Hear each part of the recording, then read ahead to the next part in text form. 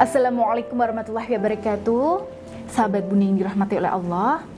Ya, semoga rumah tangga Bunda selalu dikaruniai kebahagiaan, keharmonisan, dan keberkahan oleh Allah Subhanahu wa taala. Amin. Ya, saya pernah punya kenalan teman saya, Bun. Seorang istri yang menurut saya sangat luar biasa menginspirasi. Nah, kenapa saya bisa terinspirasi dari istri ini? Baik, suaminya adalah seorang yang hobi mabuk-mabukan, suka berjudi, karaokean, dan berzina dengan para pemandu karaoke. Nah, kebiasaan suaminya ini boleh dibilang sudah lumayan akut, Bunda. Jadi mungkin kalau saya ada di posisi si istri ini pun, mungkin saya akan langsung menggugat cerai demi menyelamatkan kesehatan mental dan diri saya. Tapi ya, si istri ini yang saya ceritakan ini itu enggak, Bun. Nah, di sini saya akan bongkar cara beliau menyadarkan suami beliau tanpa harus ngasih nasihat sama sekali. Nah, pastinya Bunda penasaran ya. Nah, jadi begini ceritanya, Bun. Di awal-awal dulu, si istri ini pastinya makan hati dan terluka batin setiap hari karena kemaksiatan suaminya. Nah, awalnya beliau berusaha bertahan hanya demi anaknya. Karena itu, beliau berusaha beradaptasi dan berdamai dengan kenyataan. Ya, yang tadinya beliau sering komplain, sering protes, marah-marah karena kebiasaan buruk suaminya. Nah, sekarang beliau mencoba lebih rileks, lebih tenang dan menyikapinya tanpa emosi.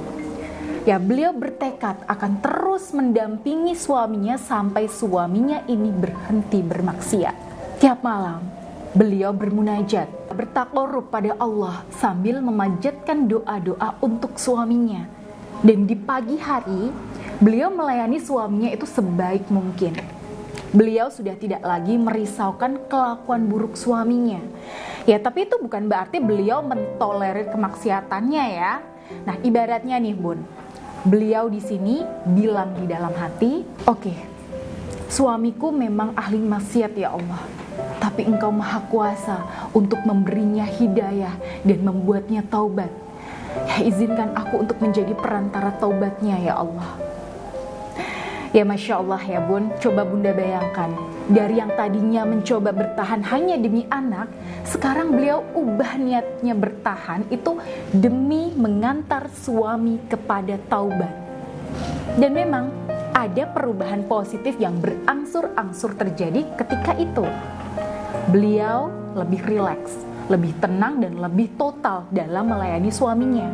Nah, beliau nih curahkan segala perhatiannya untuk melayani suami, menghibur suami saat sedang lelah, membesarkan hati suami ketika suami itu sedang terpuruk dan sebagainya.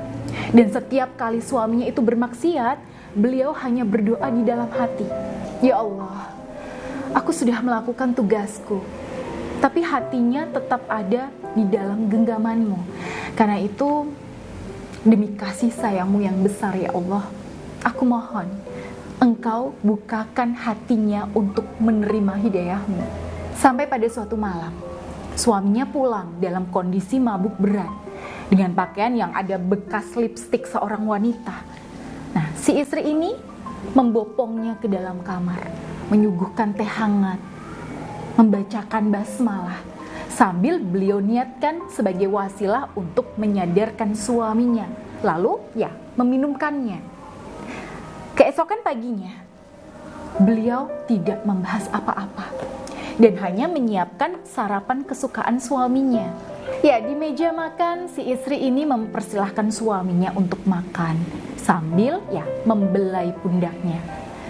Nah, di momen ini beliau sempat melihat suaminya itu tertegun, diam, Bun. Lalu bertanya-tanya, kenapa Mama bisa sebaik ini? Padahal Mama tahu sendiri kan, ayah itu bukan suami yang baik. Si istri ini menyunggingkan senyum dan menjawab, ya Mama cuma pengen melakukan tugas dan pengabdian Mama sebaik mungkin, supaya nanti kalau Mama dipanggil sama Allah, Mama itu bisa menjawab semua pertanyaan dari Allah. Si suami ini langsung merasa nyes di hatinya, Bunda. Dia menunduk, lalu meminta maaf. Dan sejak itu, si suami menghentikan segala kelakuan buruknya. Ya, sahabat Bunda yang dirahmati oleh Allah, Sampai di sini kita jadi belajar ya Bun, bagaimana batu yang keras itu bisa berlubang kalau ditetesi air secara istiqomah. Ya, semoga kita bisa mengambil manfaat dari kejadian ini. Dan kalau Bunda ingin merasa cerita ini tuh relate sama Bunda dan Bunda merasa butuh dibimbing, silahkan Bunda bisa menghubungi saya di nomor yang ada di sini. Baik, saya Bunda Ayu. Akhirul kalam. Wassalamualaikum warahmatullahi wabarakatuh.